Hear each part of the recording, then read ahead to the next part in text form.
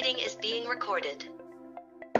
Hey everyone, thanks for tuning in on Influencing the Shift 3.0. Today, I'm lucky enough to have a conversation with some lovely folks around safety and inclusion in sport programming, and specifically community sports. So I'm excited to have my co-host here, Paul Tingley.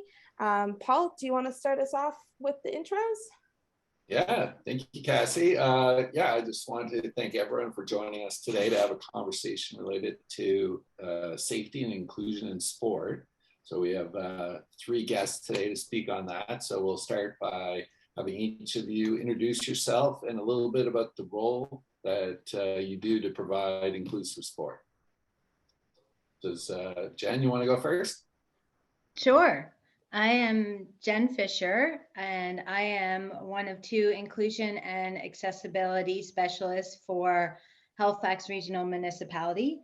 I'm also a certified therapeutic recreation specialist. And so between Cassidy and myself, we oversee the inclusion and accessibility needs for all of HRM in terms of recreation. So specifically, we run we oversee, some multi-sport gym-based programs, outdoor recreation programs, and then we also run camps over the breaks as well as all summer. And just to say, I know this is sort of focusing on persons with disabilities. The majority of the population that Cassie and I work with right now are children, but we're definitely looking to provide more programming and expand into all persons with disabilities, but predominantly our programming right now focuses on children. Thank you. And Cassidy, do you want to follow up, introduce yourself, anything to add? Sure, I'm Cassidy. I am the other inclusion and accessibility specialist with HRM. I'm a certified therapeutic recreation specialist.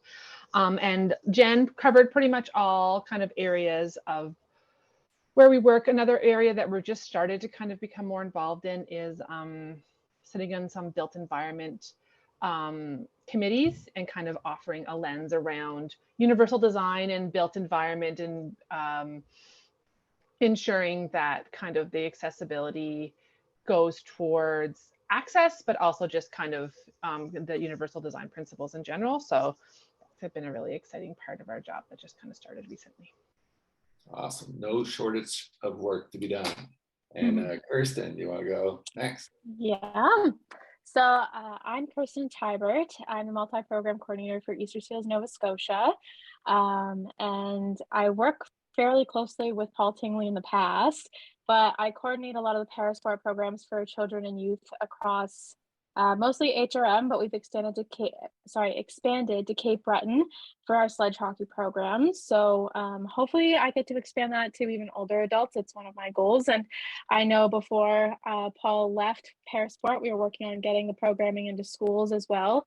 So trying to get more parasport out there and accessible to everybody.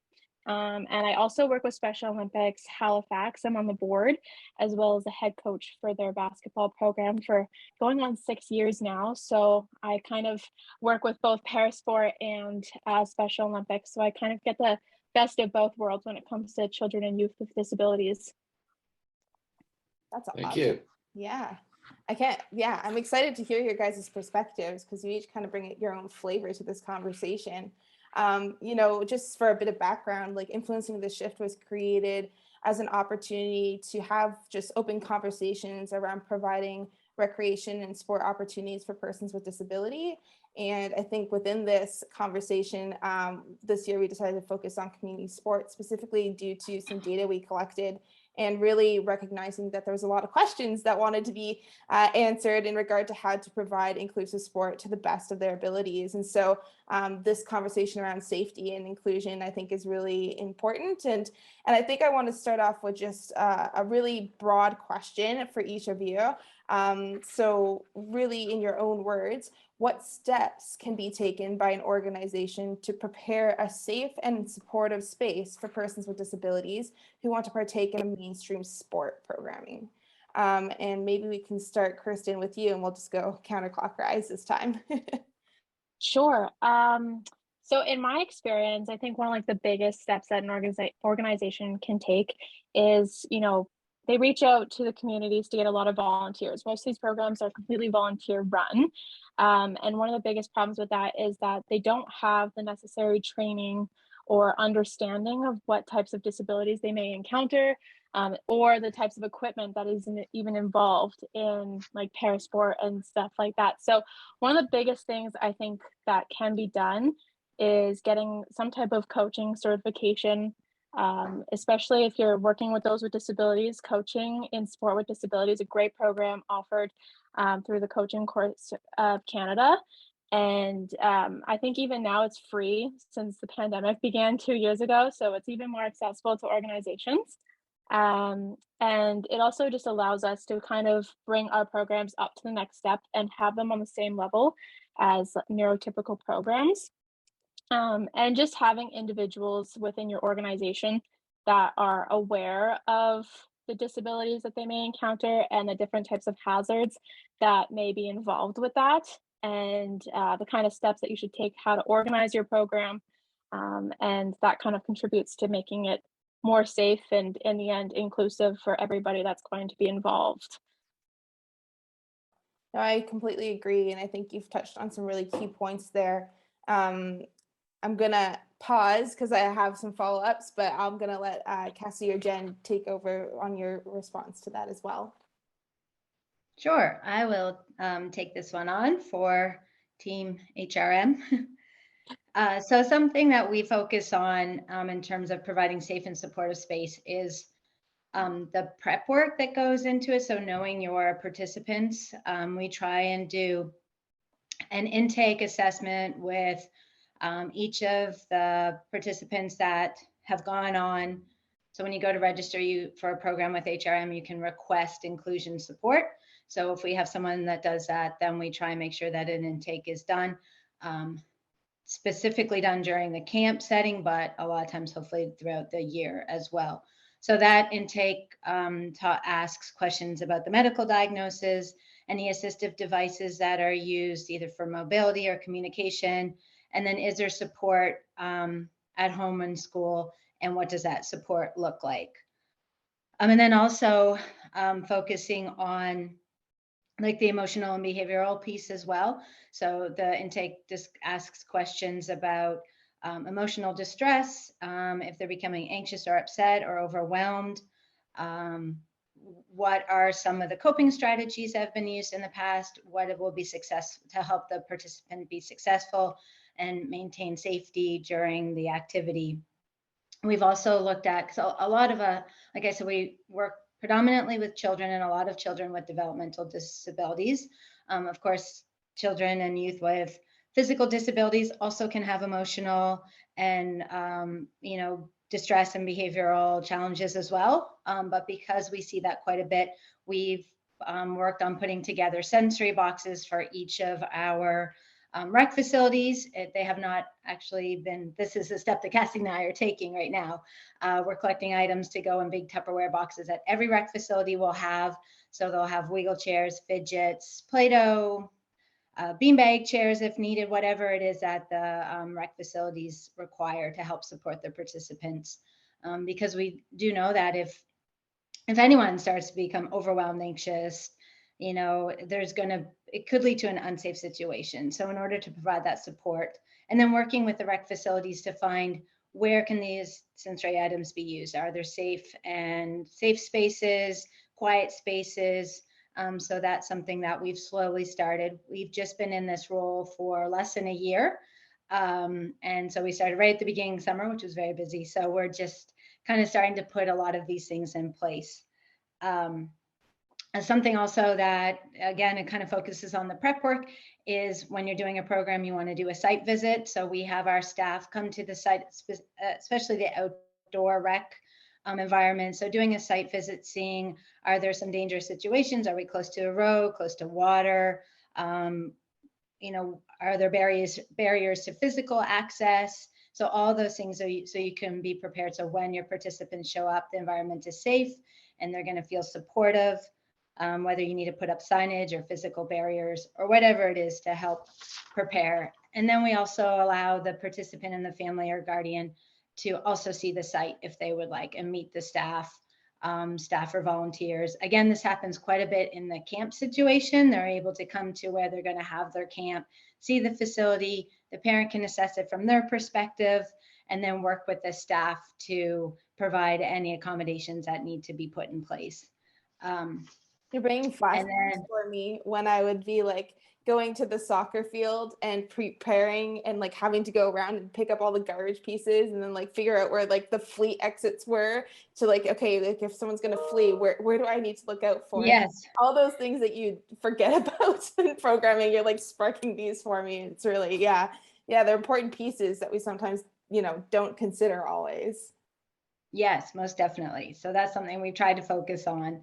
And then making sure that our staff are qualified. We have kind of levels of staffing where there's frontline inclusion workers to inclusion coordinators that oversee the whole process to then Cassie, myself, who are certified therapeutic rec specialists. So having that quality and that knowledge for our staff. And then training, but I think that's the next question. So I will not get into training, but making sure that our staff also have training, because all that kind of goes into providing that safe environment for the participants. Agreed. And yeah, I think Kirsten, you both kind of touching on that, and it is our next question, but like to both of the points that you've both made, like especially like Kirsten, you're talking about equipment, like one of the things I noticed from community sport organizations is that they're kind of like, well, where do I go to know like where to purchase the best equipment, or what checklist is the best checklist, or what does the best intake form look like? Is there any, one place shop that you found that kind of, addresses these things, or is this something that you've had to navigate in your roles?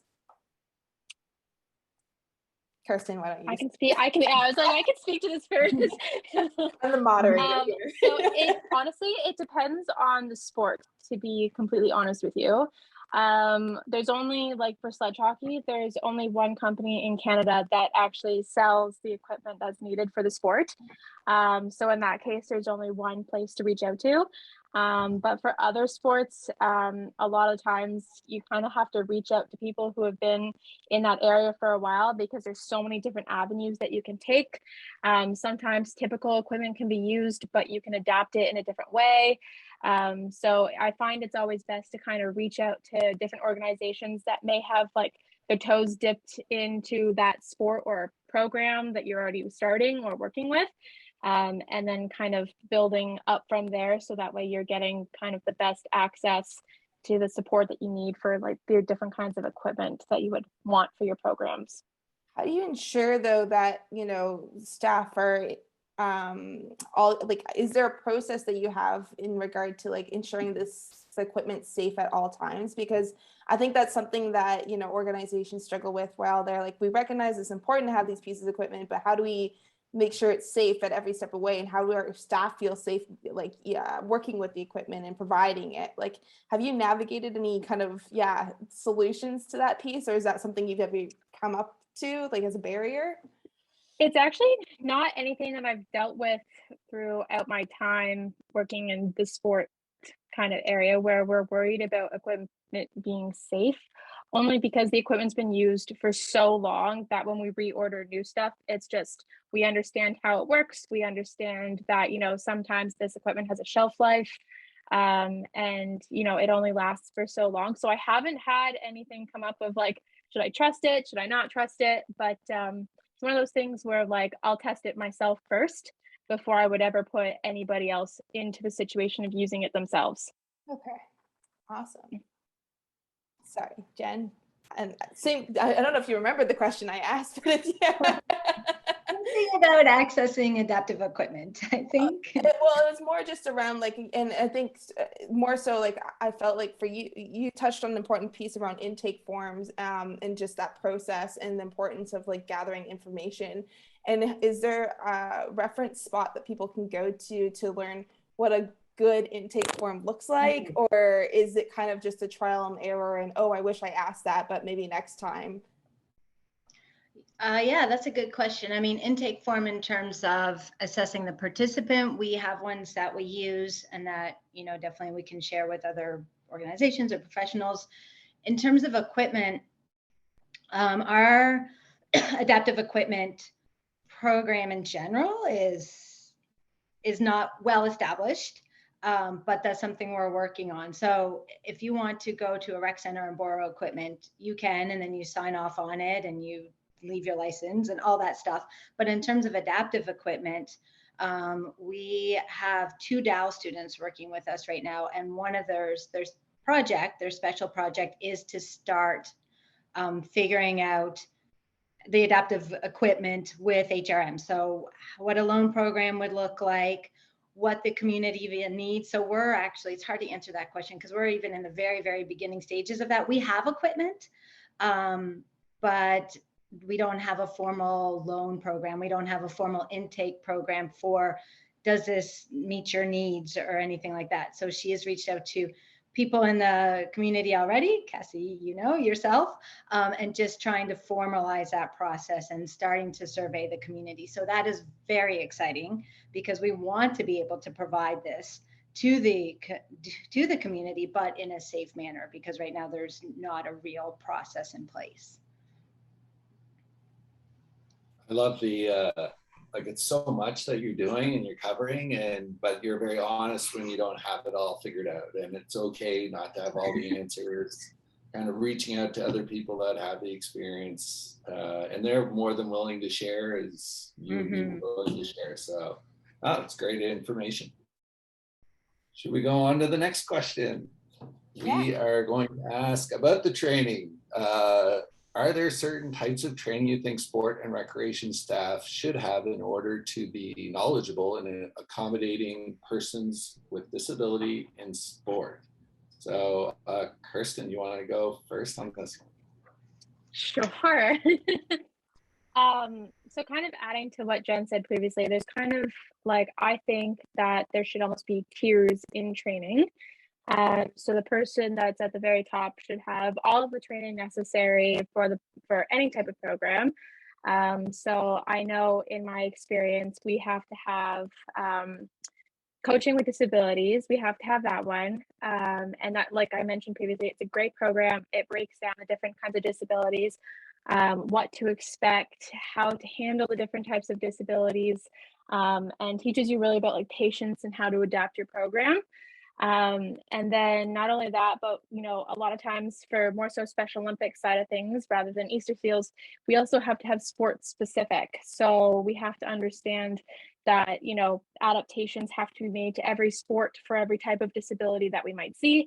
And while Special Olympics is more intellectual than physical, we do have some that have more physical limitations. So we have to be willing to cater our programs to that and to be able to make them safe for everybody. And make sure that it's kind of, you know, as inclusive as it can be.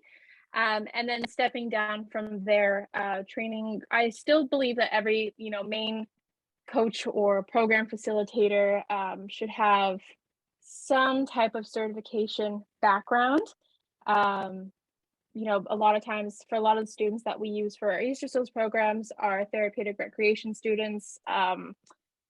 We see some physiotherapy students, which is odd, and kinesiology students from Dal, and, you know, an occupational therapy student. So they all kind of have a background in, you know, some sort of recreation or, you know, disability or any type of thing like that. And, you know, we kind of teach them as they go. And then our more bottom level is people within the community that don't necessarily understand disabilities, but they might have, you know, a child with a disability or know somebody with a disability and they kind of want to get involved. You know, we teach them kind of from the ground up. And if they want to kind of move up into, you know, having a more bigger role within a program, then they are able to kind of access that training and go from there. But I do think that there should be a tiered approach when it comes to that, because then it makes everything as safe as possible, and provides just the best sport programming that you can for people with disabilities. Excellent. Good to hear. The tiers is a brilliant idea for sure. And yeah, there's always a place for volunteers to go and you kind of meet them where they're at and then kind of build them up, give them responsibility, you know, equal to their certification or training. Very nice. Cassidy, it sounds like Halifax does their own training as well. We do. And actually, I'm going to answer this one again, and then Cassie's going to take over. But yeah, so the summer staff always receive robust inclusion training. So we've taken that and kind of established a more training protocol for our staff that we can implement throughout the year. That's again something that we're working on, being new in this role, but making sure that all our staff have some level of training. So they all get basic program specific inclusion training that talks about providing accommodations, what does one-on-one support look like, implementing coping strategies. So all that stuff that kind of involves the inclusion piece and what exactly inclusion is, because some of these staff are just high school students or first year university students that want to be involved but might not have the background. So we kind of teach it from that level. And then we look at program specific training. So if you're a staff member that's going to help with, say, Ready for Rec Outdoor Fun or the Outdoor Rec program, then we have training specific to that program. So they understand the logistics of it, the safety concerns, any safety awareness that needs to come from that. Again, site visits if possible. And then not so much our volunteers, but our staff are provided, the ones that are going in and especially working the day-long program. So we have camps and professional development days.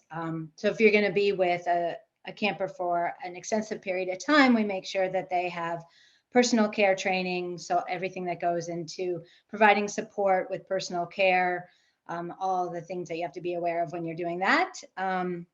We're also going to start doing proper lifting. We don't see necessarily a lot of children that come with mobility issues or in a wheelchair, but we anticipate that we will. So we want to make sure that we have that covered as well. And then the basics, make sure that they have first aid training. That's really important, especially not just in outdoor rec, but specifically in those outdoor rec environments.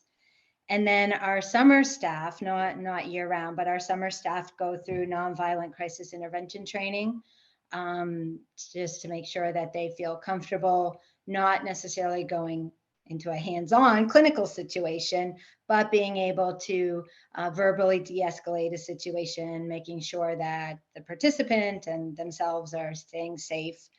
And then we've just started, because Cassie and I both have a background in mental health, and we noticed that a lot of our participants that their parent or guardian chose not to identify that they need inclusion support, and then they're showing up to our program, they tend to they come with some like a behavioral or some mental health challenges. And those are most of the time non-visible. So they just come into camp. And so we have started, based on our experience in the field, putting together a trauma-informed training. So teaching the staff what trauma is, what it looks like, because it doesn't, though I don't know if you can see air quotes on the podcast, but what it looks like, because it doesn't look like the same in everyone. And anybody on any level can have trauma, and it's not specific, and one thing does not cause that, and not one level of thing causes that. So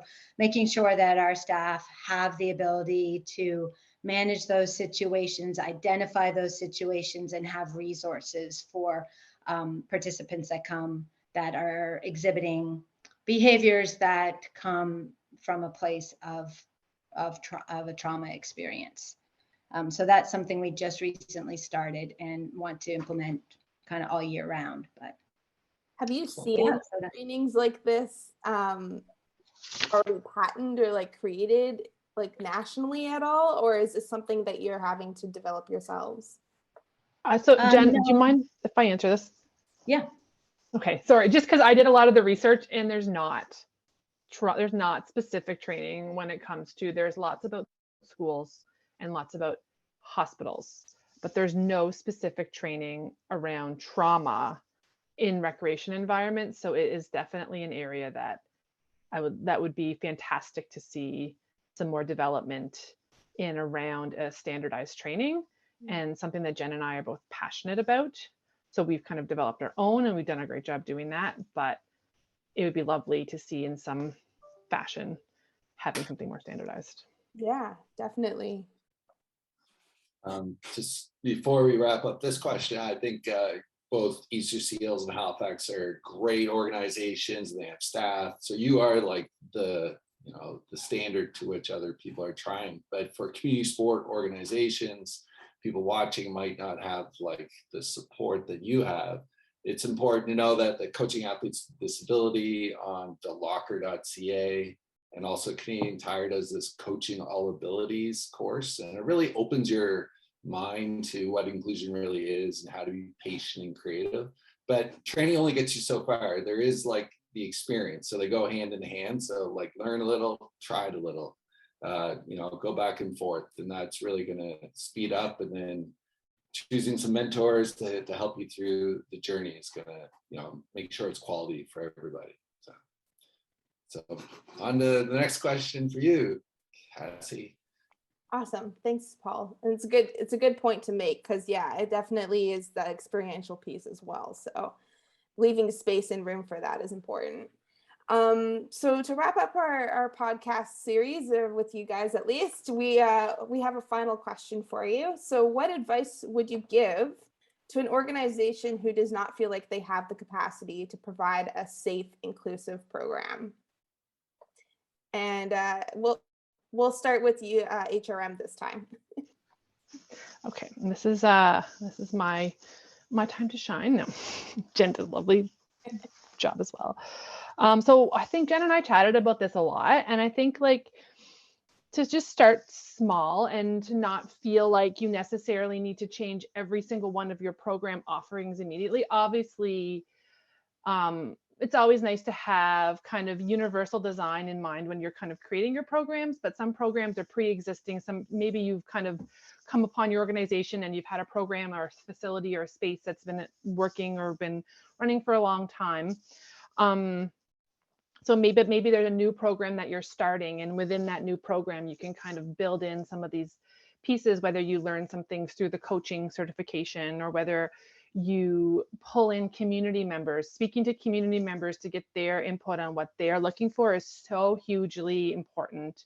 And then pulling in people, it's so true that like not every obviously municipality has the same resources that HRM has. Like we're very fortunate that HRM has put kind of power behind hiring, certified therapeutic recreation specialists, but not every municipality has that funding to be able to do that. But pulling on mentors in the community. So whether you're touching base with Jen or myself and you're saying, I want to run this program and I really want to ensure it's inclusive, or touching base with Cassie, or touching base with Paul, or touching base with Kirsten, or any people who or anybody in the series who is available to kind of answer questions. Like that's what we all strive for, making as many programs accessible to as many people as possible. So, and we're very open in sharing resources and sharing ideas. And like a lot of the stuff that Jen talked about, we've worked on, and our predecessor who worked before us have worked on this for years, and it's been building up. It's not something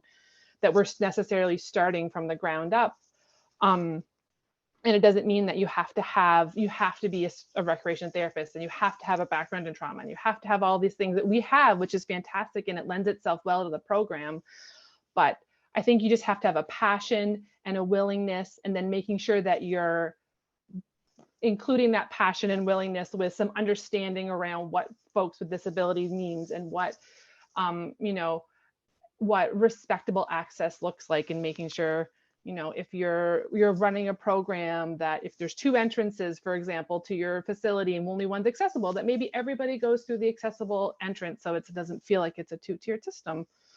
And just know that kind of touching base with people and seeing where they're at, and touching base with your mentors and seeing where they're at, and then just trying things. And when things aren't working, or if you feel like things maybe don't work as well, being really reflective, because even Jen and myself, who have lots of resources, some of our programs do fall flat. Some of them don't work. Sometimes there's issues that come up with the programs, and we're super reflective in that and say, okay, well, what can we do better next time? How can we reach out more to the community? Because that's ultimately who we're trying to serve, is folks in the community, to make sure that they have access. Yeah, and I think like that trust building piece is so important with community as well. So by just starting a dialogue with them, I feel like the possibilities can then sort of become endless. Maybe that's just my optimism. Kirsten, what are your thoughts on this? I'd say my thoughts are actually very in line with what Cassidy mentioned. I think it's important to, kind of look at the facilities that you have, especially in the municipalities. We run into some problems where a lot of the facilities that are in different municipalities here in Halifax or Nova Scotia, excuse me, are older and they weren't designed with an accessibility concept in mind. So, it makes it hard to kind of be like, yeah, I want to expand a program to those outside of HRM, but I don't have the means to do it. So reaching out to your community and people who have even more experience in the field or just have more connections, they might be able to be like, hey, have you reached out to this person? They have a facility that might actually work for what you're looking for. And, you can kind of take the next steps with that. I also think it's important to kind of, look at what you need for each individual program. Not always do you need a fancy state-of-the-art building. I know for my Easter Seals programs, because they're parasport programs, a lot of the kids and youth that come in are in wheelchairs. So we do have to have fully accessible buildings in that regard. But on the other hand, Special Olympics deals with more intellectual disabilities. We rarely ever see anybody with a physical disability. So we run a lot of our programs in schools in HRM, which are predominantly not accessible. But it works for the program that we need it to. But I think it's also just a little bit of trial and error. And, at the end of your season or at the end of your program for that year, take time to reflect on how your program went, what went well, what didn't, and what kind of steps can you take next and who you can reach out to make the following year even better. And, how to be more inclusive of everybody in the community. Yeah, I think like that evaluation piece is so important to, really understand what aspects worked or didn't work. Because even Cassidy, like when you mentioned, some programs you realize like you trialed it, didn't go as you planned, but it doesn't mean that the whole thing was a flop. Pieces of it could have been successful, but what were those pieces? And really, being creative and I think we don't put enough value on evaluation of programs. And I know like, especially if our, coaches are volunteer based, that might seem like an extra component that they just don't have the capacity for. So I like in my role, especially, I'm trying to think of like, what are tools that can be developed to help so that, this is just something that is available and ready and easy to apply, so that we can all grow this kind of inclusive programming component together. But the evaluation piece is something that I always kind of like, okay, what does this look like? And how do we do it well? But I think to your point, like just talking to people, being like, what did you like about it? Like what went well in your mind's eye? So that's important. Paul, any thoughts? Yeah, thanks. I guess the advice really to have that champion for most of these programs. I think the leader, the coach, I call them the champion, and those people will, stick it out and take the time to learn what's needed and things like that. So they'll dig in, find the mentors, they'll find the answers. So it's a lot of just finding the knowledge. But not all community sport organizations should maybe run like in Guysborough, where there's a low population of people with disabilities. They're not going to probably play wheelchair basketball, right? So it's okay not to be to offer it there. So just make sure it fits. But what I also would say is try to like, instead of just making your organization more inclusive, like and then going through great efforts and then talking to people, hey, you want to come, like try to get a demand from the people and then work with those people through the barriers to make a program. So Definitely. that'd be it. Awesome. Well, everybody, I really appreciate your time and energy. Kirsten, Jen, Cassidy, Paul, you too. It's been great just to have you guys all contribute to this conversation. And I think you potentially will have some emails coming through after this is, up on and everyone's listening, because I think to Paul's point, you are experts in this, and don't ever think you're not, because you are looked at as kind of like, okay, how can we be like them? So it's an important role, and I think that just keep doing what you're doing, and we're excited to see what growth you guys do in the future. Awesome. Awesome. Thanks, Thank you, everyone. Cassie and Paul. Thanks, Cassie and Paul.